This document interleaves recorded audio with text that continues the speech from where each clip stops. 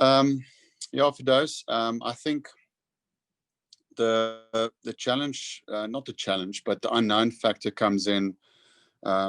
Not sure exactly what the wicket's going to do.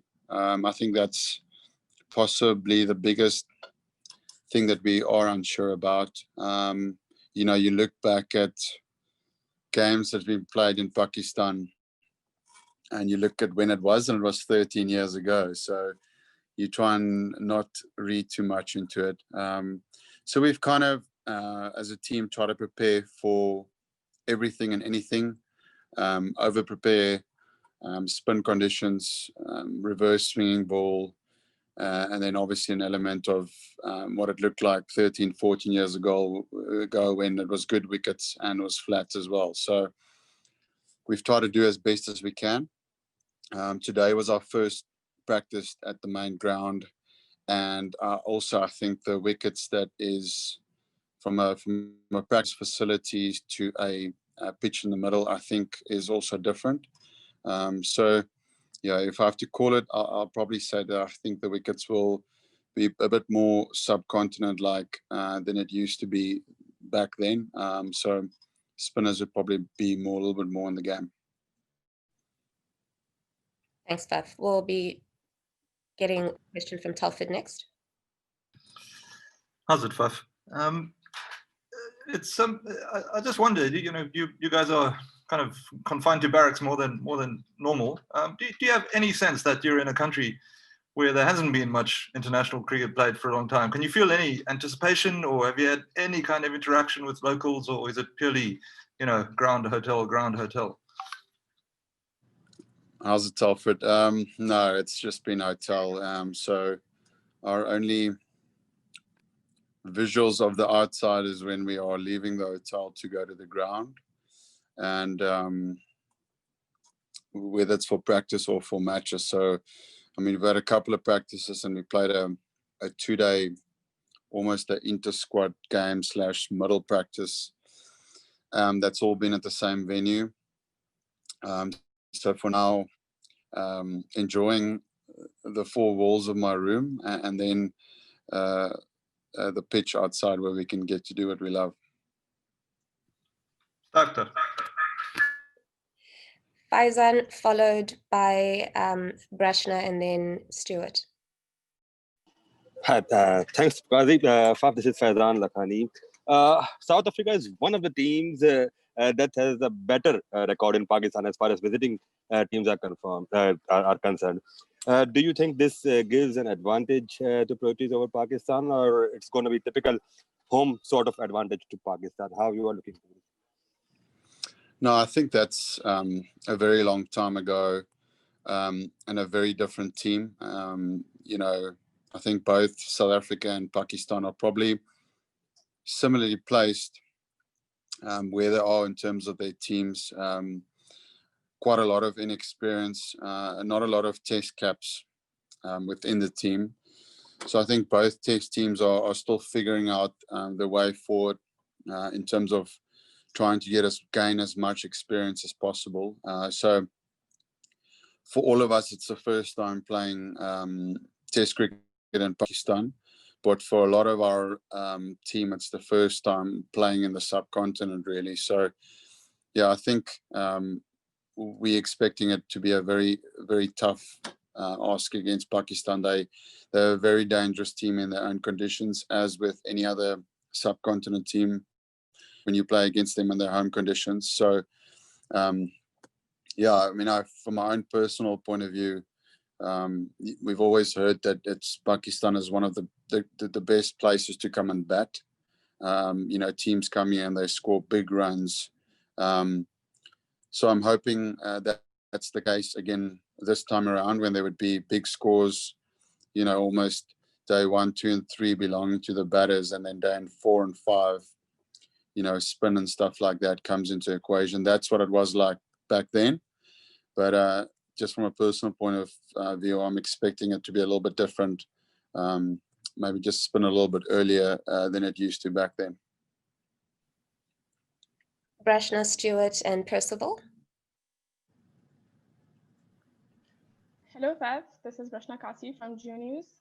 My question to you is that you have an average of 27 against Pakistan, which is much less than your general one. What is it against Pakistan that you struggle most with, and how do you plan to work on that? Well, I think I've only played probably a handful of test matches against Pakistan, as I think probably 6 or so. It's difficult to put one specific something on it. The last series we played against them at home was in Dubai, where I remembered someone like Saeed Ajmal was a challenge for me as a young new batter in touring in subcontinent conditions against a high quality spinner, where I had to figure out and I suppose grow from that tour. I remember very well that every single time I went out to go and bat, Saeed Ajmal was warming up. So it was sometimes I would wake up in the middle of the night and he would be bowling at me. But at the last home tour in South Africa, I remember getting, I think, a pair, in the first test, and then I got 100 in the next. So you don't read too much into that situations like that. You get a good ball when you early in your innings. It's about cashing in when you get in. So I'm batting well at the moment. I'm feeling good, and I just really want to play my best cricket. I'm really excited for this tour. I've worked hard, and I'm looking forward. I want to also put in some good performances in this subcontinent. It's really important for me as a batter to do well overseas. Thanks, Faf. We'll move on to Stuart. Hi, Faf. I was just wondering, as far as Quinton is concerned, I wonder how you felt he was handling all the responsibilities that he's now sort of carrying as captain of all the formats, having to bat at 5, be keeper. Do you get the sense that he's overburdened at all, or is he handling it as well as he can? From an outside perspective, from what it looks like to me is that they're trying to manage him well. Trying to make sure that he doesn't have to do too much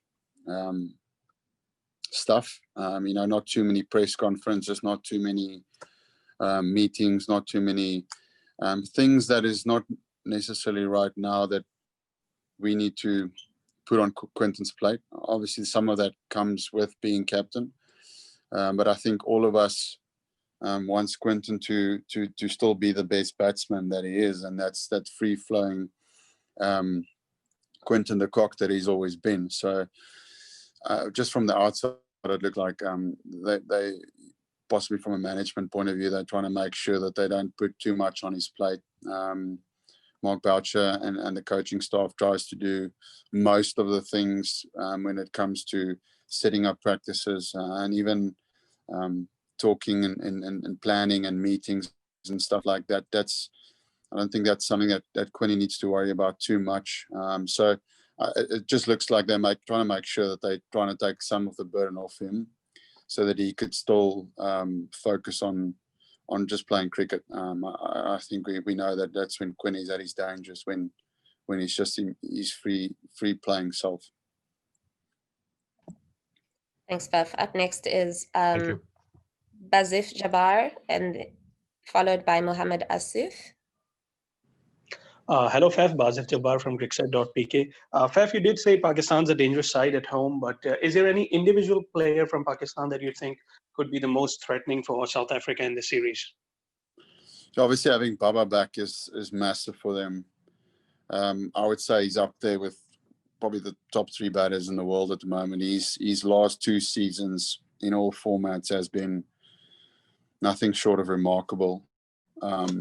And I think any team, especially a growing team, if you take out their best batter, it does leave a big hole. And his injury has proven that if you take his runs out of the team, it becomes a team that you feel like you can get on top of pretty easily. So with him back, it will give the rest of their batting lineup and also their team a lot of confidence that the best players back. He's always been in really good form. So he'll be the first guy from a batting point of view that we need to make sure we take care of. And then from a bowling perspective, Freddie has obviously been hot the last 2 seasons as well. He's been getting a lot of wickets. So probably someone like him would be pretty dangerous. Faf, this is Muzammil from ARY. A lot of you have talked about the series, your series against Pakistan here. I just want to ask that if we look at modern cricket, like players are more towards league cricket, franchise cricket. The interest has been massive at that side. So, what do you think, having played 67 Tests, how important Test cricket is for you? And my second question is, a lot of talk is there about Shaheen Shah Afridi in Pakistan, the French pacer. Sorry, one question, please, per person. Okay. Okay, so I'll pick that first one. Yeah, that's an interesting question, which I think is, almost the balance of where cricket lies at the moment. Is you have Test cricket that's always been the most purest form of the game, and players who play all 3 formats always talk about Test cricket being the ultimate test. But you've got T20 cricket coming in now as this product that is really working across the world and very attractive for a lot of players. So I suppose that's going to be the challenge for the next generations, to make sure that we have young kids wanting to play Test cricket, because the T20 game is so attractive. And someone like myself who has done both see the value in both.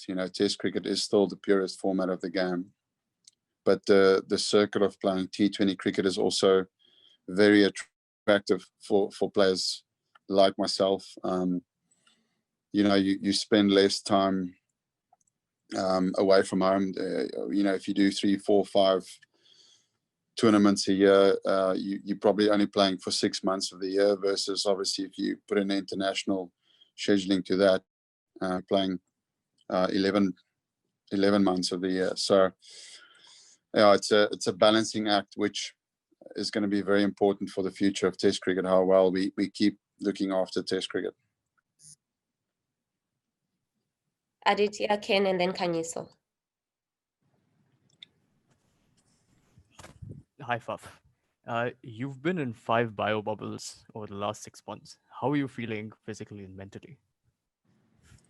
That's the golden question now for, I suppose, all the players around the world. Yeah, I think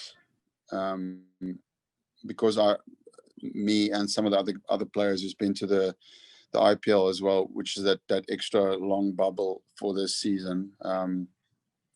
It's been a tough season.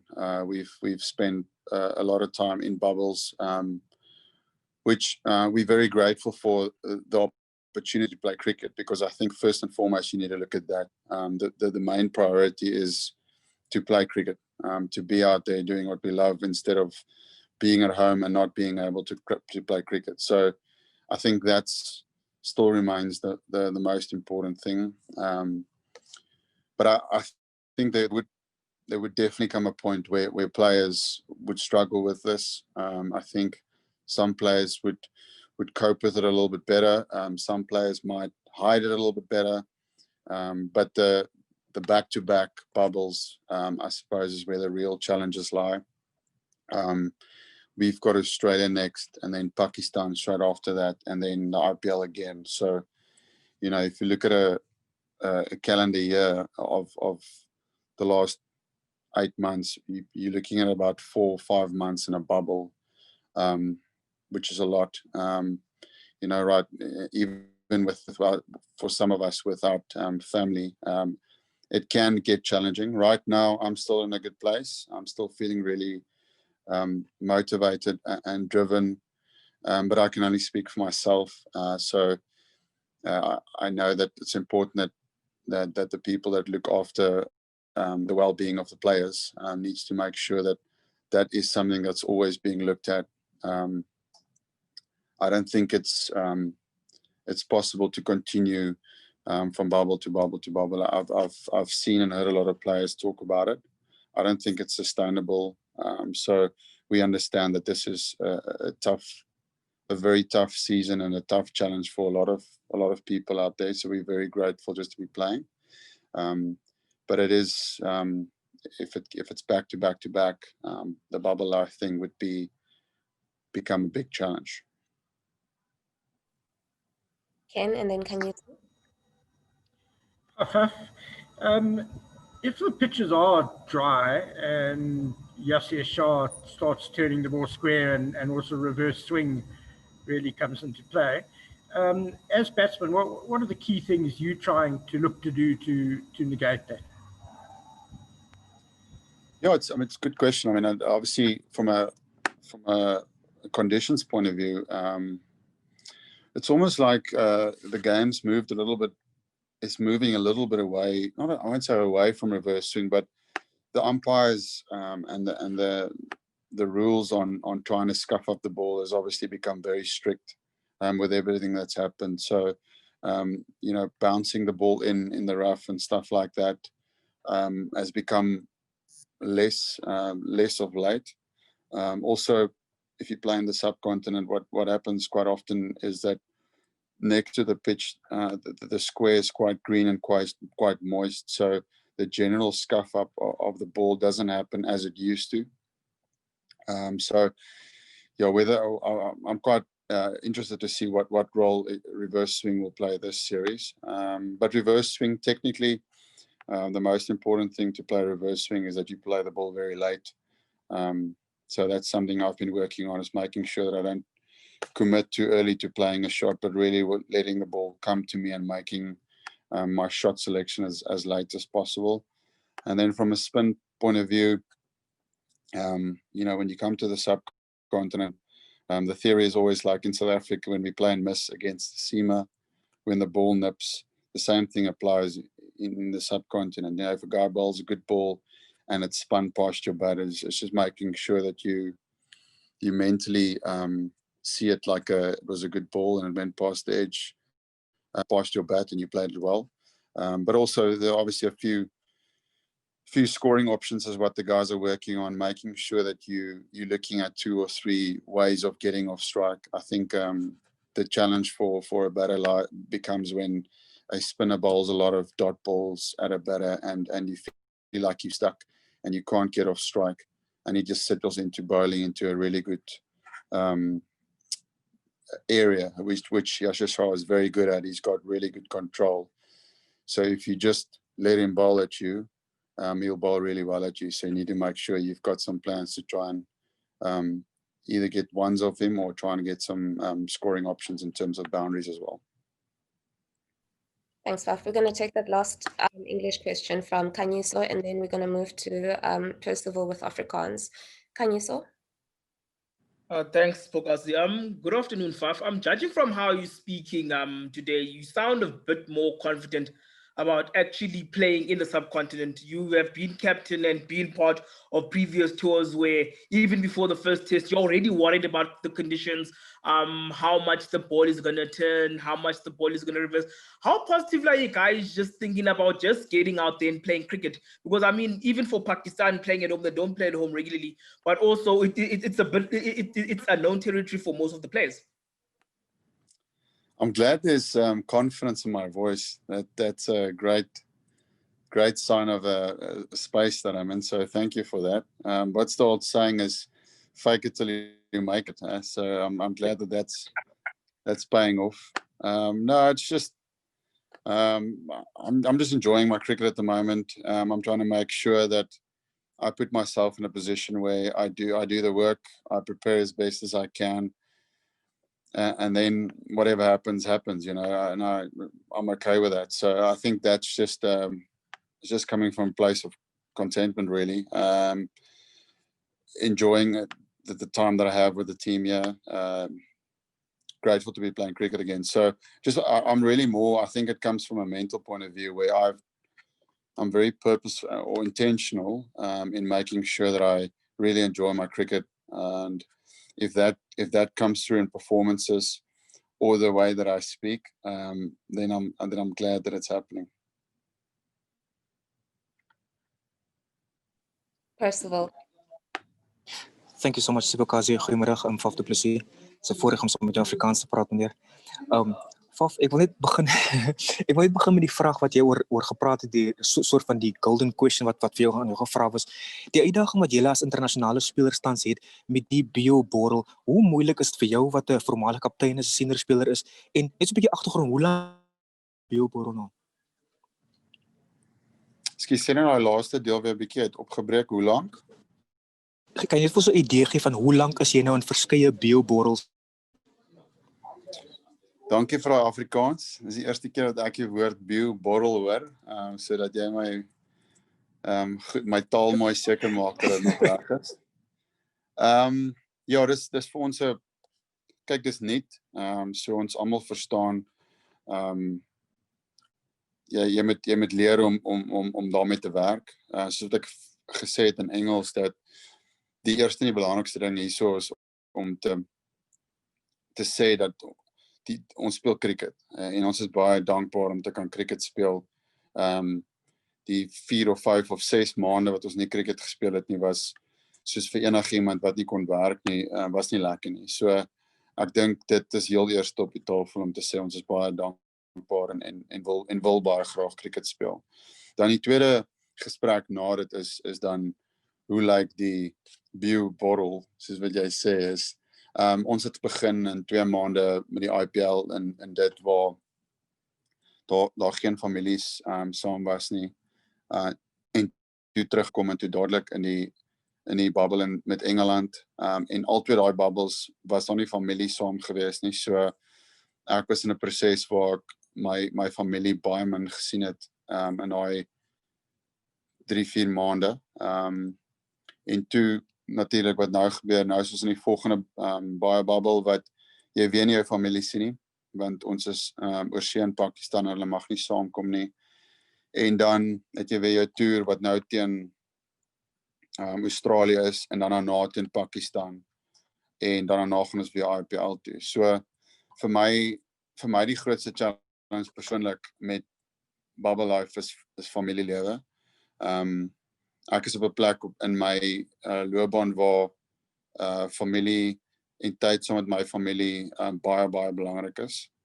So wat die bubble moeilik maak met dit is die feit dat hulle nie nou saam met ons kan travel nie, waar vir die laaste 3 jaar wat ek internasionale cricket speel, travel my familie saam met my. So dit is vir my die moeilikste aanpassing gewees in hierdie tyd. En dan na dit kry jy die challenge van hoe dit lyk in 'n baie bubble, en dit beteken jy is altyd in jou kamer, jy kan nie uit die hotel uitkom nie, so ons kan nie swembad toe gaan buite nie, jy is heeltyd in jou kamer, en dan die enigste tyd wanneer jy buite jou kamer kom is om te gaan oefen of om te gaan speel. So ek sal nie sê dis onmoontlik nie, dit is nie. Ek dink as jy seker maak jy doen die regte goed om jouself jou mind sterk te hou, dan is dit fine, dis baie doable. Ek dink net jy moet in die lang termyn kan dit nogal challenging raak. Of kan jy net vra, Sibokazi het saam aan 'n onderhoud saam met Graham Smith gevra hoe hulle die situasie gaan hanteer, en deel van hulle plan was gewees om die groep in 2 op te verdeel, en daarom het julle nou 'n nuwe ‘n T20 groep wat Pakistan toe kom. Is dit deel van die oplossing om hierdie bioborrel lewe op te los, of gaan julle onmiddellik weer in 'n bioborrel nou in Suid-Afrika as julle voor Australiese toer? Ons weet nog nie wat gebeur met die Australiaanse reeks in terme van wanneer ons bymekaar kom en hoe daai baie bubbles lyk nie. Maar weer eens, ek sê, soos vir my die moeilikste deel sal wees as jy nou direk van hier af moet gaan, direk in 'n nuwe bubble, en beteken dat jy is 4 maande weg van die huis af, en dan daarna teen Pakistan en daarna teen IPL, so dan kyk jy na 5-6 maande in 'n ry wat jy nie by die huis is nie. So dit kom met challenges, en ek dink een van daai maniere wat Cricket Suid-Afrika dan daarna sal kyk is, hoe kan ons ouens breuke gee van toere af, of dit nou 'n T20 is, of 'n eendag reeks. Ek dink toetscricket is wel 'n unwritten rule dat jy rus nie aan toetscricket nie. So ek dink hulle kyk meer na witbal cricket om ons 'n bietjie 'n blaaskansie te gee. Maar ja, die veral nou wat gebeur met Suid-Afrika wat baie lande bietjie huiwerig is met die second strain in Suid-Afrika, maak dit ons nog meer ernstig oor hoe seker die bubble moet wees. So span soos Australië wat nou kom, jy weet, hulle gaan daarna kyk. So vir my is die belangrikste ding, ek wil net tyd saam met my familie ook kan hê. Thanks very much. En het Sibukasi, can I ask a last question? If it's a quick one, please. Yes, ma'am, I will. Of net kortliks, die vraag wat in Engels aan jou gevra was oor hoe die bestuur tans Quentin de Kock se workload hanteer. En net kortliks, julle vandag geoefen natuurlik vir die eerste keer by die nasionale stadion. Hoe was daai sessie geweest? Baie dankie. Thank you so much. Sibukasi, hy is slim, hy vra kort vrae want hy weet ek antwoord lank, nê. Hy is baie slim, ja. Ja, ek dink ek het nie gepraat met die management hieroor nie, maar ek dink ek sien raak dat in terme van workload vir Quentin is dit baie belangrik dat daar nie ekstra goed op sy skinkbord gesit word nie. As dit om 'n batter te wees en om 'n keeper te wees en om self kaptein te wees en besluite te maak in terme van wat op die veld gebeur en goed. En dan daarna weg van dit af draai maak in sy span, maar lyk of hulle redelik baie self draai doen. So ek dink in daai mate draai hulle 'n bietjie af van sy skouers af, kry dat hy nie te veel ander goed hoef te doen om seker te maak dat hy nie op 'n plek kom waar hy voel dat die kapteinskap vir hom te veel raak nie. Thanks, Buff. I just have one question that came in via text. It's about the current ODI between the Pakistan women and the South African women that's taking place in Durban. It's a Black Day ODI, which is the reason for the match is to bring awareness about gender-based violence. The question is, firstly, how important is it for people to start speaking out more about gender-based violence, particularly from a men's point of view? And then lastly, just how important is it for women's cricket that the players also start getting more and more game time? You can maybe speak to us from a player's point of view on that. First of all, I'll speak from a male perspective. I think it's really, really important that we do create awareness on this. It's something that I don't take lightly at all. And I think you could see from a Proteas men's team point of view, we were very intentional to stand up for that against that as well in one of our test matches, that it's not just a women problem in our country. It's a us problem in South Africa that we need to be, especially as males, be better. It's not if you look at the stats on gender-based violence in South Africa, it is insanely ridiculous. So yeah, at the moment, that's probably for me one of the most important things in our country, is that we as males do that better, that our country becomes more aware of what's actually going on and how badly that situation is. So yeah, I've had lots of conversations on this specific topic with people that I want to make sure that I learn as much as I can, because and the more you speak about it, the more your mouth just drops open with what's exactly going on in South Africa with this. So great cause, one that I'm very, very happy to be supporting, and something that I think us as Proteas men's cricket team can get involved on a much higher scale. And obviously great to see the ladies doing their thing, playing in black, creating awareness for people around the world to see what they are doing. And yeah, they're doing really well at the moment. So it's great to see that the women's cricket game is growing, and see our ladies perform on a international stage as well in the tournaments around the world. Thank you. And then just finally, how important is it for women's cricket players to have more game time, particularly after the long break because of COVID? I think what's important about women's cricket is what it's doing at the moment is, at the end of the day, all you want to do is you want to have more people interested in playing the game of cricket. So the fact that women's cricket around the world, but more importantly in South Africa, is growing, is what it's doing is, little girls are seeing women playing on TV, playing cricket, doing well, playing in the Big Bash. The women's IPL that started now, they're seeing that. So you're creating more people that are interested in the game of cricket. And that's a great thing to see grow. So very happy to see that. Thanks very much, Faf, and thank you everybody for joining us.